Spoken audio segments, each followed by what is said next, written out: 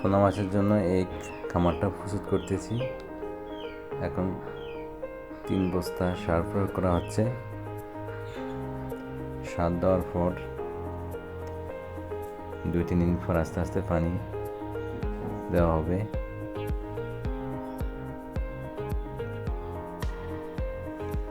খামারে সার প্রয়োগের পর আমরা মাছের পোনা আনার জন্য চলে যাব বেতুয়া নদীর কাছে। তারপর সেখান থেকে মাছ ধরে এনে এই খামারে ছাড়া হবে।